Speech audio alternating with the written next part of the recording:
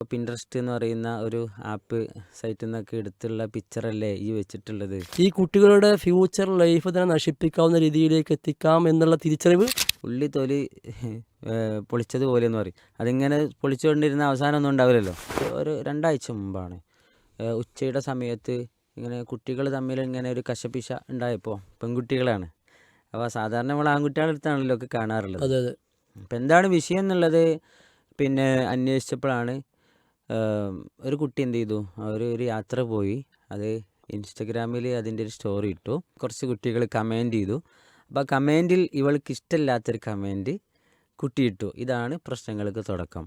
അപ്പോൾ പിൻട്രസ്റ്റ് എന്ന് പറയുന്ന ഒരു ആപ്പ് സൈറ്റിൽ നിന്നൊക്കെ എടുത്തുള്ള പിക്ചറല്ലേ ഈ വെച്ചിട്ടുള്ളത് എന്ന് പറഞ്ഞിട്ട് പരിഹസിച്ചു എന്നതാണ് ഇവരുടെ പ്രശ്നം. അതെ അതെ അപ്പോൾ അതിനെ ചോദ്യം ചെയ്തു. അപ്പോൾ അങ്ങോട്ടും ഇങ്ങോട്ടും പ്രശ്നമായി.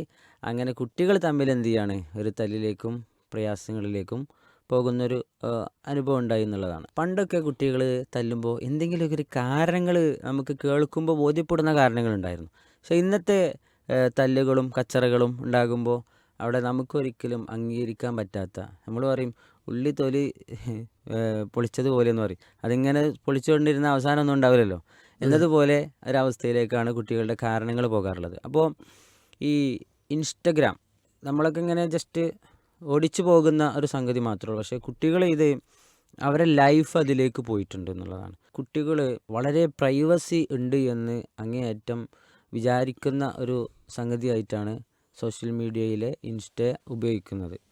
അപ്പോൾ പ്രത്യേകിച്ച് പെൺകുട്ടികൾക്കൊക്കെ വലിയ സ്വകാര്യത നമുക്ക് ഇത് നൽകുന്നുണ്ട് എന്നൊരു തെറ്റിദ്ധാരണ ഉണ്ട്. അതുകൊണ്ട് തന്നെ നമുക്ക് ക്ലാസ്സിലൊക്കെ നമ്മൾ IT മേഖലയിൽ കുറച്ചൊക്കെ കൈകാര്യം ചെയ്യുന്ന ആളുകൾ എന്ന നിലക്ക് കുട്ടികളോട് കുറച്ച് കാര്യങ്ങളൊക്കെ പറയുമ്പോൾ അവരിങ്ങനെ അങ്ങോട്ടും ഇങ്ങോട്ടും ഇങ്ങനെ നോക്കും, ഇങ്ങനെയൊക്കെയാണോ.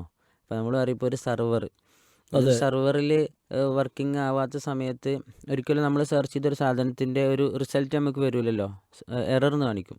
അപ്പോൾ നമുക്ക് എന്ത് സെർച്ച് ചെയ്തിട്ട് കിട്ടുന്നുണ്ടെങ്കിലും ഇതെല്ലാം ഒരു സെർവറിൽ എന്താണ്, സേവ്ഡ് ആണ്, അതിൽ സംശയമൊന്നുമില്ല. ഈവൻ നമ്മുടെ ഫോൺ കോളുകൾ, ചാറ്റിങ്ങുകൾ എല്ലാം റെക്കോർഡഡ് ആണ്. നമ്മളറിയാത്ത സംവിധാനങ്ങൾ അതിൻ്റെയൊക്കെ പിന്നിലുണ്ട്. എന്തെങ്കിലും പ്രയാസങ്ങളും മറ്റുള്ള പ്രശ്നങ്ങളും വരുമ്പോഴാണ് ഇതൊക്കെ സൈബർ സെല്ല് വഴി മൊത്തം എന്ത് ചെയ്യാം, ഇത് എടുക്കാവുന്നതാണ് എന്നുള്ള തിരിച്ചറിവോട് കൂടി വേണം അത് ഉപയോഗിക്കുക എന്നുള്ളതാണ് അല്ലേ. ഇതിലൊക്കെ ഇടുന്ന ഫോട്ടോസ് പലതും അതുവഴി ചെയ്യാം. അത് മോർഫ് ചെയ്ത് പല സംഗതികളാക്കി മാറ്റി ഈ കുട്ടികളുടെ ഫ്യൂച്ചർ ലൈഫ് തന്നെ നശിപ്പിക്കാവുന്ന രീതിയിലേക്ക് എത്തിക്കാം എന്നുള്ള തിരിച്ചറിവ് പലപ്പോഴും കുട്ടികൾക്ക് ഇല്ല എന്നുള്ളത് ഒരു യാഥാർത്ഥ്യമാണ്.